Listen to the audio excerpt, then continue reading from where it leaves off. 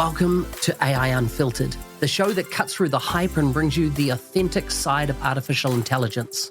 I'm your host, Mark Smith, and in each episode, I sit down one-on-one with AI innovators and industry leaders from around the world.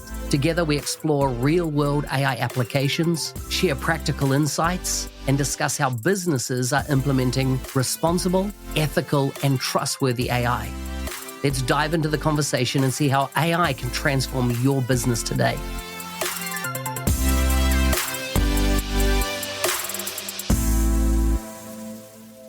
Welcome to the AI Unfiltered show. Today, I'm joined by Justin. He comes from Charlotte, North Carolina in the US of A. All the links that we discuss in today's episode will be in the show notes. As always, Justin, welcome to the show. Thank you so much, Mark. It's great to be on. Looking forward to the conversation. Yeah, looking forward to having a riff here for the next 30 minutes. But before we get started, tell me about food, family, and fun. What do they mean for you in your part of the world? Yeah, food. Well, I grew up in Kansas City, lived in Texas for a long time. So barbecue always has a place in my heart. But I would say, more Tex-Mex style food. I have some ingredients to make some nachos for dinner. So I think that's my go-to meals. But don't shy away from barbecue in any respect. Family. I have a 4-year-old and a 3-year-old. So family is my beginning, middle, and end of every day, and I work from home, so it's everywhere in between, and so enjoying that lifestyle and all the excitement and all the challenges that go along with that. And I think for fun, I mean, of course, I have a lot of fun with my kids, but I'll be less canned than that. Of I like to get together. I like to play golf. Like to exercise. I like doing some woodworking and home improvement projects. I think if your listeners see me on LinkedIn, the first thing it says carpenter on there, and that's a bit of a joke. I've been hired for a couple projects, so I guess I'm a pro. But unfortunately, the office improvement hasn't made it for anyone that sees any video on this. Hasn't made it on the list yet, so I don't have the nice background yet. But we're in a new home, and so I'm doing a lot of carpentry work right now. So that's fun and stressful at the same time. Nice. I bet. I resonate with a lot of what you said there. My kids are 3 and 5 years old. So they occupy a lot of life and a lot of the day even. And I've got a whole bunch of contractors here right now as we're about to kick off construction of a new home on our property. So I've got about 1.5 acres. So a lot's happening. Well, and I even say just one thing when I work with my clients a lot, and we talked about generative AI, it's important to have the why. And so as an independent consultant, one of the big whys for me related to what we're talking about is how can I build the type of business that I want, have the type of efficiencies that I want in my work so that I'm not either not present with my kids at the end of the day or after they go to bed every night, I'm plugging back in for 3 or 4 hours to get everything done. And so, finding that thing, if I do this, then I can do this other thing.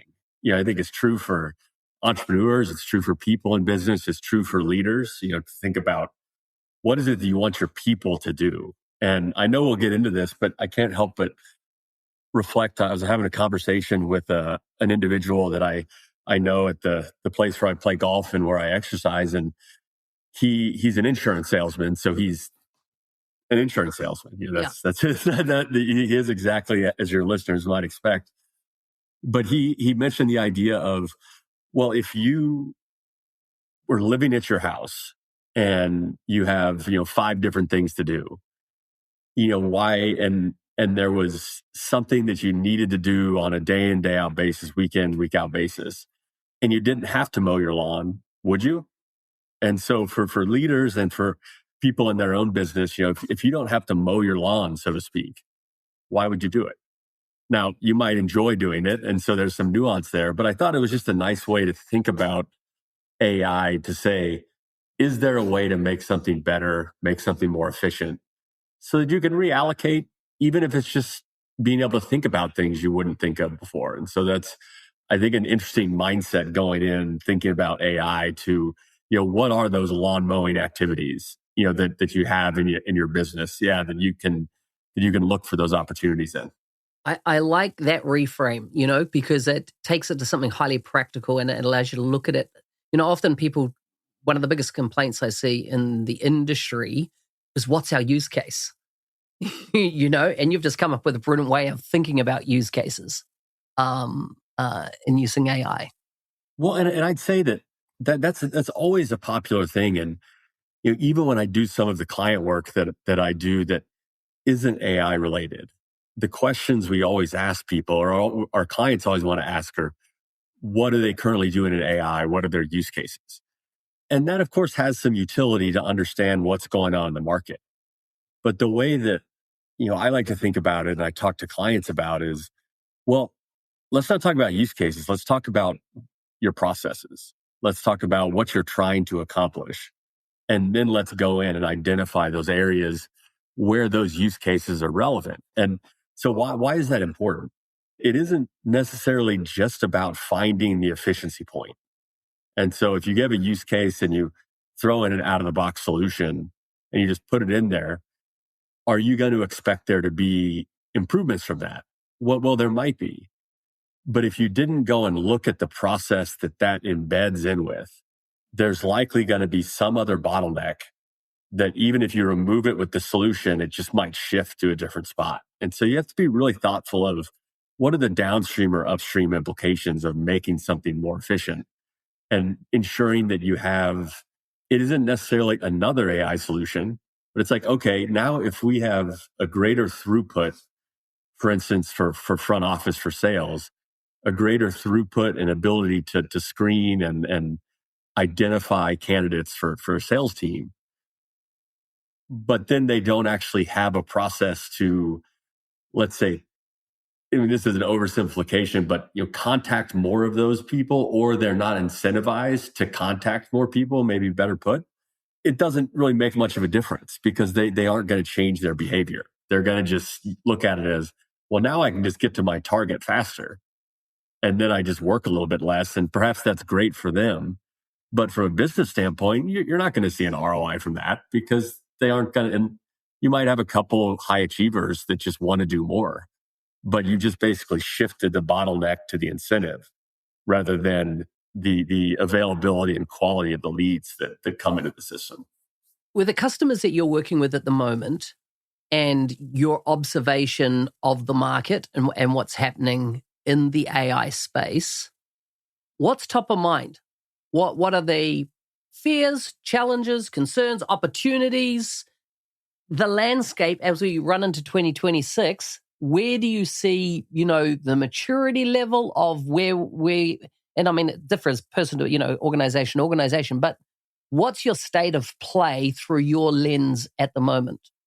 Yeah, I see what I see when I'm talking to organizations.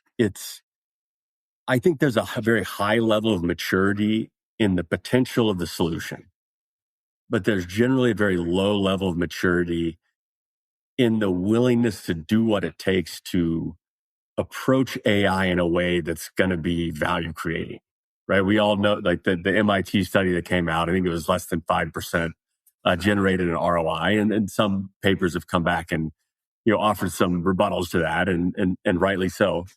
But what I'm getting at is that, what I see with my clients is you have organizations that are either going full steam and they're trying to layer AI everything. And that gets back to that challenge that we just talked about of, unless you're tactical about where you put it and what the upstream and downstream implications are and what adjustments have to be made there, you're going to just put in a bunch of solutions, spend a lot of money. Maybe some things are improved, but you end up with the MIT result, right? You have a lot of capital investment, very little return. But then on the other side, what I see a lot of is just fear. So it's this idea that we aren't a tech forward company. We aren't the Microsofts of the world. We aren't those organizations. So how can we ever compete with that? And so there's a lot of just inertia in getting the process started.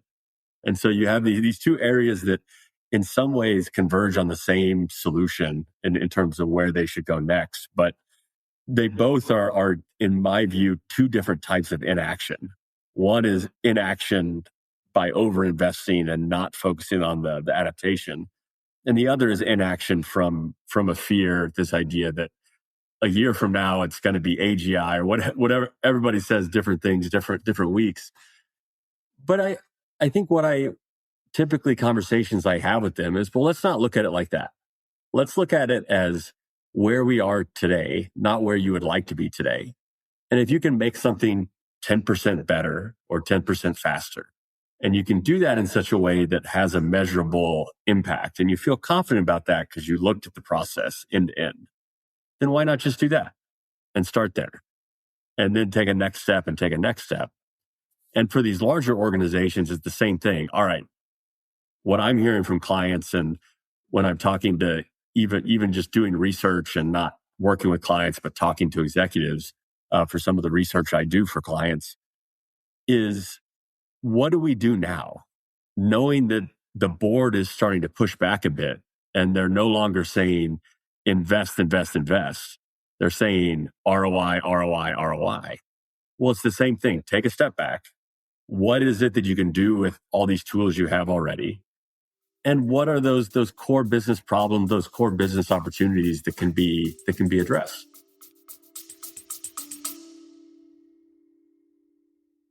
Rolling out Microsoft 365 Copilot licenses isn't enough. You need an adoption plan to get people using it well. In our new book, published by Microsoft, we offer a practical guide to successful Copilot adoption. Many leaders believe in the why of Copilot and AI, but they need guidance on how, from practical frameworks to enabling champions and measuring impact. Get your copy of Microsoft 365 Copilot Adoption now from Amazon or find a link in the show notes. The thing is that you mentioned ROI quite a few times, and I feel that, a principle I learned years ago in design thinking was, is it viable? Does the tech back it up? Is it feasible? In other words, do we get an ROI? Is it make good business sense to do it? And then there's the human element, right? Is it going to benefit the people of the organization? Are they going to adopt it? Are they going to go in? And I've added a fourth one here, which is responsible into that type of mix. And what I have seen of the last 2 years in these failed, lots of POCs, not moving to production, things like this, is that often there was never an attempt to go, is it a business viable idea we've got here? Is it going to move the dial for us financially? And so therefore they never move to production because we're just throwing money for a shiny toy. I'm wondering, when you look at where you've seen fail rollouts, is it because of it not sitting in one of those quadrants, or is it more fear from people not wanting to get involved? Where are you seeing that sit? I think it's, with that, I would have to sit and think through the quadrants for a second, but my first gut reaction is, if we think of it as like a 4-square game, I don't know if that's an international game, but everybody has their own square. And you're in there. So each of those are in our 2x2 matrix. Well, my view would be is that organizations or leaders or people aren't even jumping into one of those squares. So for instance, there's a conversation about what the technology can do. So it's sort of like that discussion of, when you sell someone a drill, do you sell them a drill or do you sell them the hole? Right? So people are talking a lot about the drill. But what they're not doing is taking that step back and saying, like you alluded to, what is the core business objective that we want to solve? And that can be looked at in a number of different ways. It can be looked at, we have this overarching broad vision, broad opportunity, this very thorny goal. What do we have to have in place to tackle each part of that? Or it could be very simply, we have this one key process within a business unit, within someone's business, whatever it is. And that particular process is either a key revenue generating process, it's a key bottleneck that enables you to do more work or to do other types of work. And taking that step to go and think about what that process is, go in and, like we talked about a little bit before, identify those efficiency opportunities and then making the changes that surround it. So the thorny part, the part where people are failing with POCs is they're going in and they're implementing the solution. And like we talked about before, it shifts the bottleneck to another place. But what's really happening is that leaders and people aren't wanting to answer that fundamental question that generative AI is transformation. Generative AI is a change in the way that you're working. So back to that sales example we were talking about, if you're not willing to make that hard decision, how should we adjust the incentive structure to make this work? What I'm seeing is the tool goes in, they see people that they're happy about it, it's making their life easier, but they're not seeing any results. And that could be ROI. It could be even just more leading indicators like KPIs related to the number of sales made. Maybe, and then they look at it, they're like, well, and we're actually not even seeing more calls. We're not seeing more outreaches to potential customers. Yeah. Why is that? And it's back to that point of they're asking the wrong question. They're asking about the drill rather than the hole. And so those strong generative AI outcomes that lead to ROI or lead to some benefit, we don't have to limit it just to ROI. Those occur with the organizations that I work with, and the use cases and case studies that I read about. For those organizations that treat AI or generative AI as an operating model shift and not some sort of tooling upgrade, it's not the drill. It's treating it as what types of holes do we want, and how do we want those holes drilled, for perhaps lack of a better word in the analogy. So the ability to pair the experimentation with the discipline of figuring out what it is you're trying to do and what outcomes you're trying to measure, and really understanding when you look at the outcomes, how should you interpret that data? Like what's the way that we should look at it, and how can we tell if it's a failure of the tool, Yeah. or a failure of some other decision that we either didn't make or didn't want to make, that would enable the value creation there. So I think that's the sticky part that I'm seeing right now. And so back to your quadrant, the square is on the ground. The 4 squares are on the ground for each of those. And I think people are jumping into that feasibility bucket, but just from the technology angle, not from the organizational angle and what has to be true. Yeah. And what I took from what you're saying people, rather than trying to use the AI tools to create incremental gains, they need to see that it is if done right, it's actually a new way of working. It's a new way of doing business to really open that up. And that's, so one of my challenges that I've been going over in my mind in the last week or so is ROI a red herring to a degree? In that I don't ask, do I have ROI on electricity? It's a fundamental part of my infrastructure to run my company. And I'm thinking that, have we considered AI a new piece of software tech rather than a fundamental shift in the way we're going to do business probably forever? And people are still just treating like it's another piece of software. Yeah, I think that's, I like the way that you framed that. And what comes to mind when I'm thinking about ROI, for this idea popped in my head that I had a conversation with this small family shop. They work in private wealth, asset management, real estate, and so forth. And there's this interesting discussion of, well, let's say we don't have the discipline to measure the metrics or measure those returns. Like we just don't have the infrastructure or the culture in place that does that. It's like, okay, well that doesn't mean you can't look for these solutions. And perhaps, Mark, what you said as well is, maybe it's not such a simple process to say that if we get more leads and we change the incentive structure, now they can sell more. And we can problem solve that one. But it's, well, what happens if I just make my organization overall more efficient, or I make myself overall more efficient? Well, what has to be true for that to happen?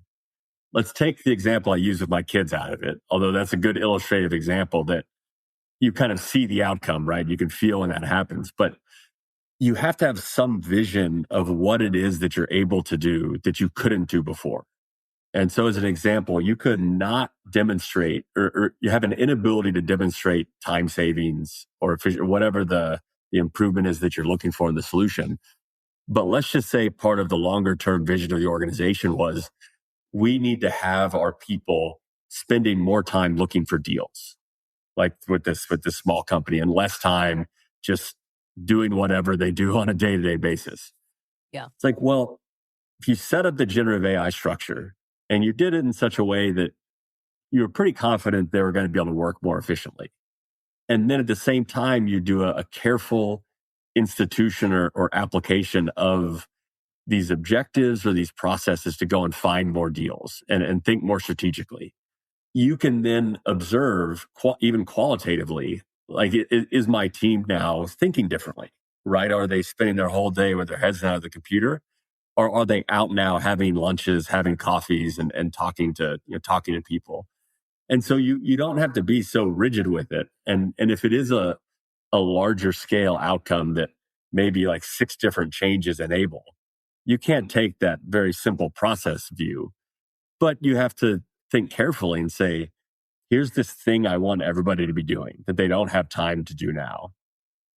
If I make these 6 changes, are they now able to do this thing that we're putting in place that they're saying they didn't have time to do before? And then it becomes kind of a binary answer, sort of that concept of, it when you see it, if something's going well, and you may not be able to trace it back to generative AI. But in some cases, particularly for smaller organizations where you're not beholden to a lot of different metrics, that's often a good enough answer, right? Yes or no, like, I'm seeing my people do more of this thing that I want them to do, but you have to very clearly define what that thing is, right? And you have to identify those places that generative AI can be used to free them up from those lawn mowing type activities. I don't know if that answers your question, but that's what came to mind when you were describing it.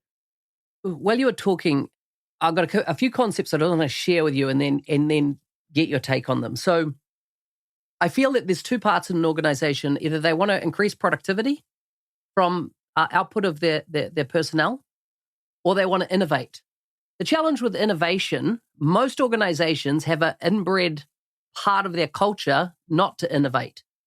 They have KPIs, they have OKRs, they're told, follow this process, don't deviate, do your job, hit these numbers, everything's fine. We're not looking for innovation. AI potentially opens up a massive innovative frontier to us like never before that we're not necessarily getting now inside the organization. We haven't set up a culture inside that organization for it. A colleague of mine was talking to a representative from a large law firm in the US. Their specialization in law was in business law. And one of the things they did, they had a matter that they would do for organizations that would take about 40 hours for a lawyer and their staff to carry out. And they would charge around $25,000 US for this piece of work. They applied AI. That sounds like a nice setup. Yeah. Right? Oh, and honestly, they had years, like at that work, the type of stuff they were doing was just rinse and repeat, as in, so very lucrative business. AI comes along and challenges them on how could we do this now? Now, lawyers work on a model of charge by the minute, right? So when you say, let's make you more efficient, they're like, well, hang on a second, you're gonna reduce our time billing. So what they did is they took that though, and this is where I love the innovative thinking.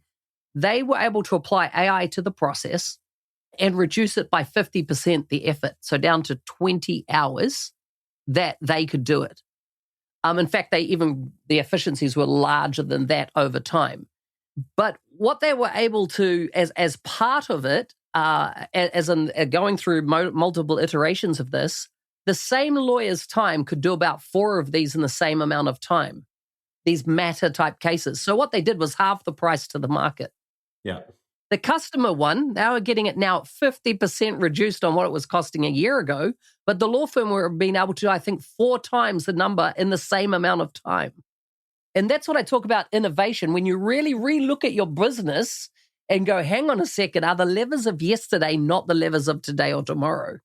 Yeah. Well, this is what's, and It reminds me of a couple of conversations. This was, a conversation with a smaller firm and a larger firm, but a similar theme, because it's these levers of productivity and innovation are often looked at separately. And I think the fundamental mistake people make is they think about innovation in AI as the AI solution innovating something.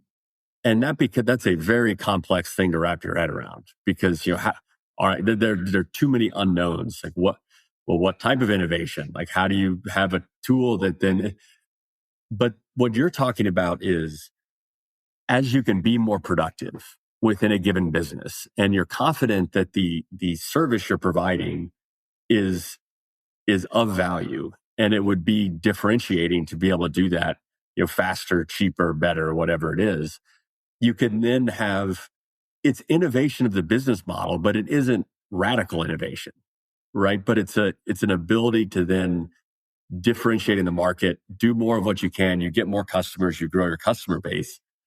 An analogy or similar aspect of that is with this concept that I've been kicking around with some of my clients, is that, generative AI gives people permission to innovate. And so what does that mean? It's like, well, take that same lawyer, and maybe they're now not, the same person now isn't just grinding and doing, 4 times the work, but perhaps they're doing 40% more of the work, or whatever it is. And now they've recognized that it's been holding them back in the past, the law firm, that their junior associates, I'm not a lawyer, I'm just throwing this out there, haven't been able to do anything aside from those billable hours and cranking out that work product. They can now spend their time either doing other things or thinking about ways in which the firm can innovate. So you get this freeing of time that you can, instead of just thinking about a task, you can actually think about what it is you're trying to accomplish. You can think about relationships. And so an interesting, I think his name's Daniel Coyle. I'm blanking on it, but it was a conversation on a podcast called Econ Talk, which isn't for everybody, but it's a great podcast. But they were talking about what it does to your mind when you're task oriented. And I think we can, without getting into the details of what they talked about, I think we can all associate with, well, how do you feel? How well do you think about things, have creative solutions, think about relationships when you're in that task mode and it's crank, crank, crank? I know for me and for most people, and they talked about that in the podcast, it's a very constraining mindset when you're just thinking produce, produce, produce. And so being able to free up time where you're not in that mindset can have miraculous unintended benefits. And so these organizations that I'm talking to, and this was specifically from some interviews I was doing for a separate research project of the CIO just reflecting philosophically on just the behavioral change that he's seen in his people now that they aren't just doing all the time. Like, they're actually having time to reflect and think and build relationships. And that comes with all kinds of serendipitous benefits that you can't necessarily plan for that on the front end, but you can set up a culture where people can be more innovative as well as the more type of productivity innovation that you were talking about. I like it. Justin, if folks want to get in touch with you, what's the best way for them to do that? And kind of, how can you help them? Yeah, I'll just say, how can I help? I'd love to just provide information like this on these podcasts, but in terms of, how I can help people. So I work with large and small businesses to help very specifically find some of those value creating generative AI opportunities, whether it's at the process level, the broader business level, and put together a path of what needs to be true. So what are the simplest operating model changes that have to be in place? How do you upskill your people? How do you get them to be users and smart users? So that's what I do. And if people want to learn a bit more about that, I have a little toy version, let's say, of a generative AI readiness diagnostic on my website. It's about 6 or 7 questions. You answer it. It gives you just a general idea of where you or where your organization stands. And then if people want to fill that out, I'm happy to continue a conversation with any of your listeners that would be open to doing that. Awesome. I like it. We'll make sure those links are in the show notes. I'll also get off you after the show the link to that podcast episode, because we'll put that in the show notes as well, because I'm intrigued to have a listen, because I think it's a really good lens to have on, Yeah, I'll say, you either love econ talk or you don't. It is in my view. So yeah. Yeah, but that whole thing around task orientation, why it resonated with me is I can be very task orientated, and I'm like, hang on, what can I learn from this? So let's get that in the show notes as well. But Justin, thank you so much for coming on and sharing your insights. No, Mark, it was a pleasure, and hopefully your listeners enjoyed it, and I look forward to hearing from any of your listeners and keeping an eye on what you're up to here in the coming months and years. You've been listening to AI Unfiltered with me, Mark Smith. If you enjoyed this episode and want to share a little kindness, please leave a review. To learn more or connect with today's guest, check out the show notes. Thank you for tuning in. I'll see you next time, where we'll continue to uncover AI's true potential, one conversation at a time.